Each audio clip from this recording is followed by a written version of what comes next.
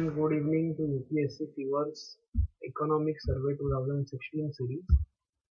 So, the last chapter or the last part of the Economic Survey, Volume 3. In this, there is climate change and sustainable development issues, trade policy is discussed, and Trans-Pacific Partnership is also discussed. Starting with climate change, the 21st Conference of Parties in Paris was attended on December 2015 by India, and it was held to decide an agreement to be formed by the countries after 2020. A new set of sustainable development goals was decided as the Millennium Development Goals, the 8 Millennium Development Goals ended on 2015, and 17 Sustainable Development Goals and 169 targets were adopted in 2015, and these have to be achieved in the next 15 years, that is by 2030. India also adopted a self-determined target of reducing the emission density of its GDP by 33% by 2030 as compared to the 2005 levels. It also agreed to install 40% of its power capacity from non-fossil based fuels, that is hydroelectricity or solar and wind energy. It also pledged to create a carbon sink of 3 billion tons of carbon dioxide equivalent, that is by creating an additional forest cover, which will be done till 2030. So these three self-determined targets were adopted by India. Currently, China is the highest polluter in terms of emissions, whereas the USA is the highest polluter in terms of per capita emissions. Compared to both of these, India still ranks behind the pollution levels. This 21st Conference of Parties in Paris was the 21st meeting of the countries that had agreed to the United Nations Framework Convention on Climate Change, which is also known as UNFCCC. It wanted an agreement to be followed by all countries, and this should not be rejected as the Kyoto Protocol was. If you remember that the Kyoto Protocol was not signed by important nations like the US and Canada because it imposed binding targets on the developed countries, whereas the non-developed countries like India and China, which were high polluters, were not given any binding targets. That is why it was decided in the 21st COP that a bottom-up approach was advocated.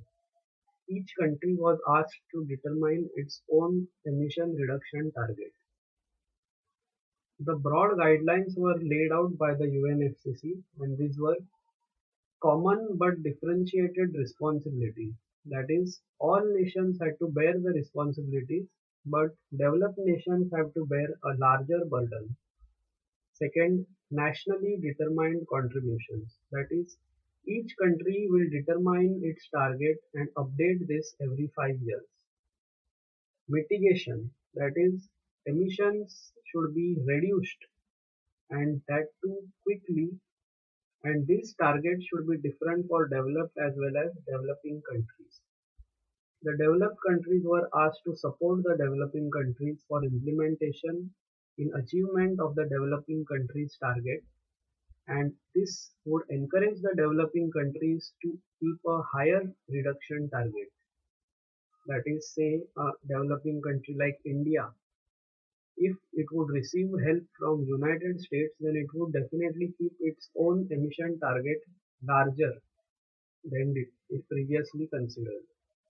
However, this all is not yet a firm commitment. Next guideline is adaptation. So mitigation and adaptation are two sides of the climate change strategy. Adaptation is focused on building resilient systems and reducing vulnerability to climate change. And to do this, developing countries would again need technology transfer or monetary support from the developed countries. Next is finance, and it was decided that the developed countries should provide or at least support the developing countries financially in their aims for adaptation and mitigation to climate change. Technology transfer and development should be done by the developed countries. And finally, all the information provided by the countries related to climate change should be reviewed by everyone, and this will ensure transparency. And unlike the Kyoto Protocol, developing countries provided data, but it was not reviewed. Only the data provided by the developed countries was reviewed. But now it was decided that the data of all the nations will be reviewed by everyone, and so this will ensure transparency. On the sidelines of this summit, an international solar alliance was launched by India. This is a platform for solar energy rich countries to collaborate and develop a commonly agreed approach. So all countries between the Tropic of Cancer and Tropic of Capricorn that receive abundant sunlight can become a part of this international solar alliance. Next topic is the Global Climate Fund (GCF). The UNFCCC has created this, and currently it is the largest climate fund with 10 billion pledged resources from developed countries, and the USA is the highest pledged donor to the GCF. Another fund called the Global Environment Facility was set up in 1992 after the Earth Summit, and it also provides funds for climate change adaptation as well as mitigation. And currently the UNEP is one of the administrating agencies of the GEF. So that was it about climate change. The next topic is on trade policy of India 2015 to 2020. The aim of this trade policy is to increase Indian exports to 900 billion, and many schemes were proposed in this trade policy. One was a single window clearance to promote fast trade. Mandatory documents for import and export should be reduced to 3, and electronic payment should be facilitated. Faster and paperless communication should be enabled. Indian manufacturers that source their equipment from Indian manufacturers, their export manufacturers, their export obligations should be reduced to 75%. So if the capital goods like machinery are sourced from Indian manufacturers, then the export obligation of that trader will be reduced to 75%. Two important schemes were introduced in the Trade Policy 2015.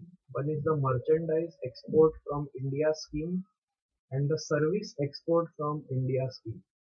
So both these schemes are essentially export promotion schemes. What they say is that if an exporter is able to trade with a foreign country and say sell his manufactured goods abroad, then he will get a chit, and this chit will be of the value that is exported by the trader, and the value of this chit can be used to repay say the customs duty or the excise duty or the service tax that he has to pay on these goods can be reclaimed from this chit. So say he has exported 100 rupees worth goods and he has to pay an excise duty or a service tax of 50 rupees, then he can use this chit of 100 rupees to pay those service as well as excise taxes. And so this is a very important export promotion scheme. Similarly, the Services Export from India scheme is for service providers. So say you are exporting financial services or software services from India, then again you will get this credit scripts or chits which will be valued 3 to 5% of the net foreign exchange earned by those exporters. So again, if you are exporting services worth 100 rupees, then you get a duty chit or duty script worth 5 rupees, which is 5% of the net foreign exchange earned, and this 5 rupees chit can be used for payment of any service tax or customs duty or excise duty, etc. So both of these schemes are export promotion schemes covered under the Trade Policy 2015 and 20. Most importantly, the 10th Ministerial Conference of the World Trade Organization was held at Nairobi, Kenya, and it was in the first time that an African nation was hosting the ministerial conference. The important decisions taken in this meeting were abolishing export subsidies in developed nations, removing or limiting public stockholding for food security purposes, and providing a preferential treatment in trade to the least developed countries. So that was it about the trade policy. The final chapter of the economic survey is Trans-Pacific Partnership and its implications for India and the miscellaneous provisions. So you can attempt this chapter review questions, and if you are comfortable, you can move on to the next topics, which will be history or economics. Thank you and best of luck.